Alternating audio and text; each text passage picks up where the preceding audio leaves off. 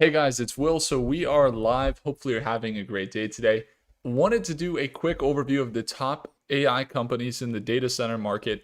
Don't have a ton of time today, but we're going to keep this very brief. If you aren't familiar, there are some companies that have recently transitioned from Bitcoin mining into the data center market. The data center market is powering all of the AI companies. So, top companies that are in the data center market include you've got Hut here. This is one of the top ones. You got CLSK. Okay, they're in the energy space.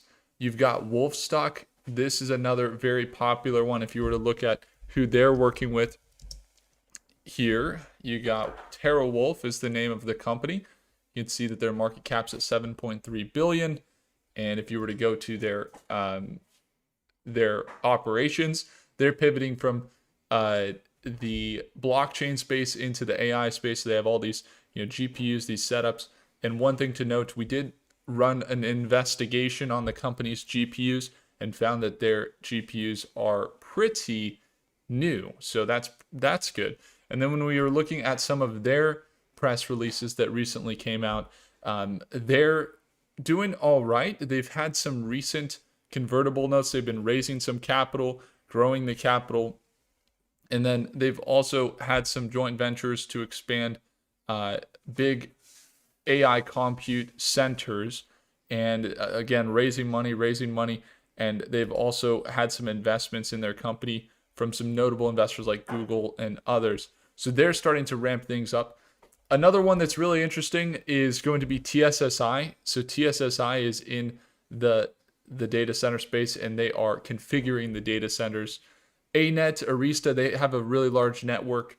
This company is on a very consistent uptrend. A lot of the data center companies are pulled back. I was just talking with some clients around how to position correctly and take advantage of some of the opportunities in the data center market. And one of the common themes was making sure that in this data center market, you're in companies that are quality. Arista is one. They have really good financials. And then also how to play the shorter term trades. When the market's opening, there's a lot of opportunities. So another one we were trading this morning was APLD, and didn't really see too much movement at all. Just a 1% gain on a maybe $10,000 investment. Small trade, not anything crazy. There's literally not anything to brag about or anything. But we had a push up slightly, and we saw them start to break out of their downtrend. And there's a consistent uptrend on a lot of the data center companies that have been pulling up here that are in a very consistent uptrend. And I remember when I first discovered semiconductor companies like AMD and NVIDIA back in like 2015, 2014. And I was sitting on the couch with my dad, and I was literally in high school at the time. And I remember talking with my dad. He set up my account on Robinhood. We live in California. We were one of like the first people to start using it when they first launched. And I remember struggling so hard to understand that semiconductors were powering like all of the devices, the MacBooks, the iPhones, everything else.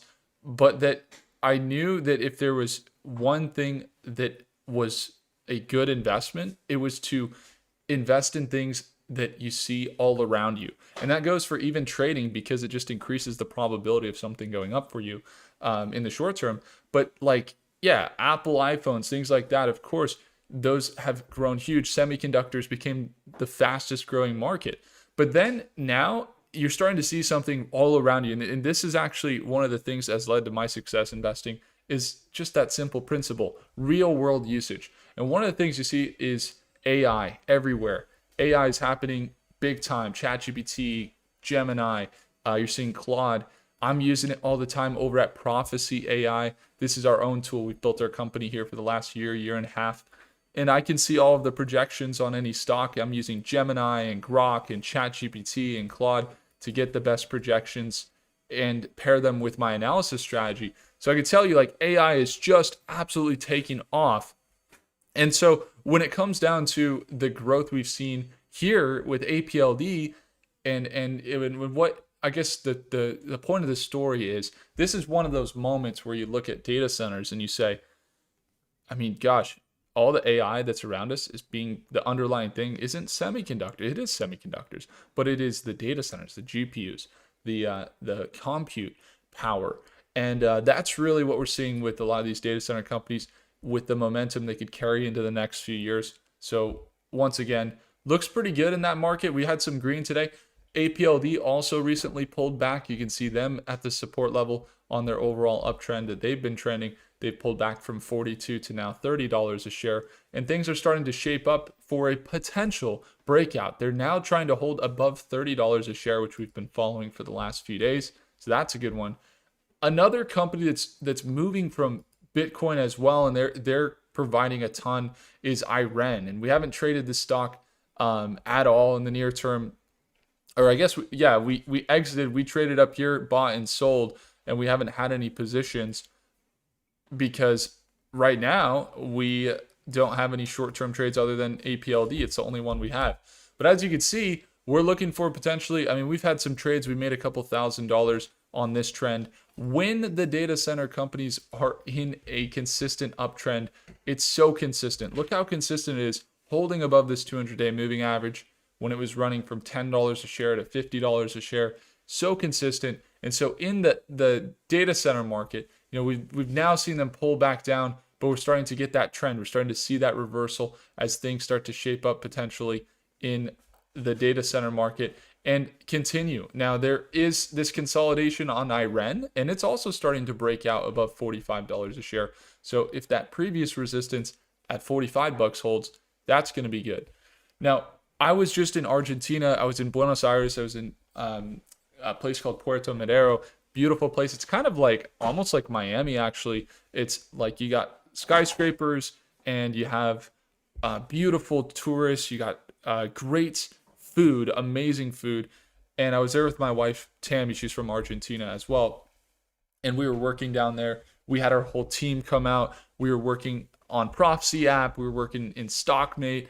And I remember walking down the street and seeing Oracle, and it was just after they announced that they acquired a piece of TikTok.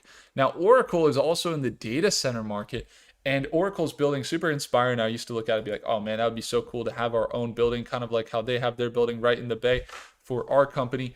And you could see they've been on a very consistent uptrend as well, trending up over the last few years since 2022.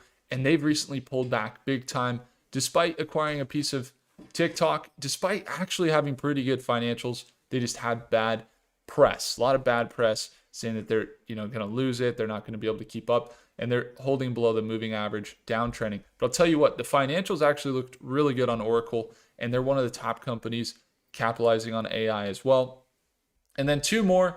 There's NBIS. NBIS is going to be a big one. They're Nebius. That's a data center company. They've signed some big deals as well, billions of dollars in deals. And then also CoreWeave. CoreWeave is building data centers. They're being built by APLD, but really working with NVIDIA and a bunch of others. So those are some of the top data center companies. Wish I had more time. Wish I could stay with you guys a little bit longer. But once again, just got to get going because I've been really having trouble getting out of the routine of working with clients a lot of the day, and then also doing the analysis. So that's a great thumbnail there, David. Good stuff, man. David's got an InvestQ community. We're also working on the community in Stockmate. We were trading live this morning, actually. If you guys ever want to tune on in, second link below. We trade live Monday through Friday. Got some investors there. We got over 36 millionaires there and some beginners as well. And you can learn the technical analysis, fundamental analysis. So go have a look. But when we were doing Stockmate, this morning, we were going over everything. And then we had everything else working with people today. And then I still got to hit the gym this evening. It's already 8 o'clock, so I got to get going here. But once again, when it comes down to you guys supporting me, thanks so much for all of the subscribes. We've been growing a ton. I know there's a lot of new audience recently, so appreciate you all. Thanks so much for tuning in. And is there anything else that I missed here? Let's see. Elvis, are you going to be live during the Redwire earnings tomorrow by chance? Yeah, man, we could definitely do that. We could do that for sure. Let me see what it looks like on the schedule. Scotch, good evening, Will. How is it going? It's going good, man. How are you doing? What else do we got? MST Caden. What do you think of Ultra Clean Data Center? Not sure. I haven't heard of that one, but I'll take a look. What do you think of it? Leave it in the chat. Okoko Logo, big day for Redwire tomorrow. Yep, they got their earnings coming up, so we'll have some breakdowns of top space stocks soon. Great picks. Yeah, I'm glad you like the companies. Randall says Trump addressed data centers and improving them supplying their own energy. Yep, that's a big one. It's going to be pretty good for them. CTM has earnings in 2 days. Is a good buy now? I would say no. I wait till after earnings. And then once the move happens, then you can play the move accordingly. It's pretty risky, kind of a gamble to buy right before earnings. Although they've had really good deals recently and they're probably going to have great earnings. But I already hold them long term, so guess I'm already in it. And when I say long term, a lot of these data center companies I showed you, APLD, BITF,